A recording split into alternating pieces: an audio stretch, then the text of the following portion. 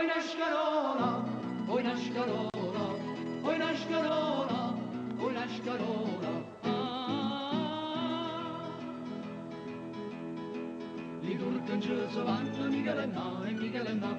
Li turchen se vanno, Michele no, e Michele no.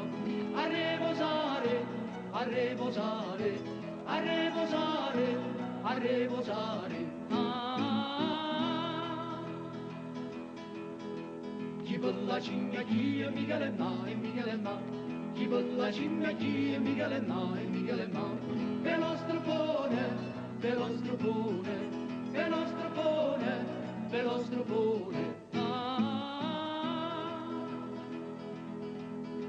Via da chi la vence, Michele no, e Michele no. Via da chi la vence, Michele no, e Michele no. Questa figliola, questa figliola, questa figliola, questa figliola. Sta figliola che figlia Michele no, e Michele no. Sta figliola che figlia Michele no, e Michele no. Oi di notare, oi di notare, oi di notare, oi di notare. E dietro porta no, e Michele no, e Michele no. E dietro porta no, e Michele no, e Michele no.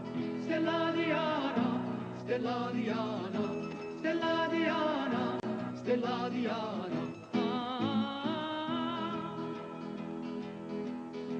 Per fa morire l'amante Michele no, e Michele no. Per fa morire l'amante Michele no, e Michele no. A due, a due, a due, a due, a due, a due, a due, a due.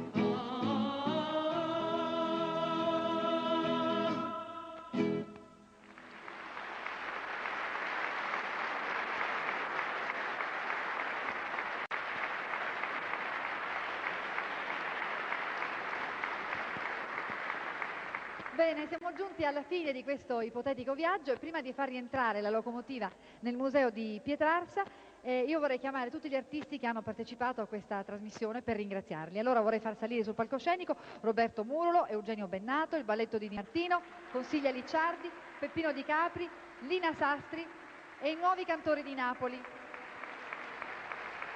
Allora, tutti accanto a me. E per concludere veramente bisogna ringraziare tutti coloro che ci hanno permesso di realizzare questa serata, e cioè le Ferrovie dello Stato, il Museo Ferroviario di Pietrarsa, la Regione Campania, la Provincia di Napoli, il Comune di Napoli e il Banco di Napoli. Allora, arrivederci al prossimo festeggiamento per la prima ferrovia d'Italia.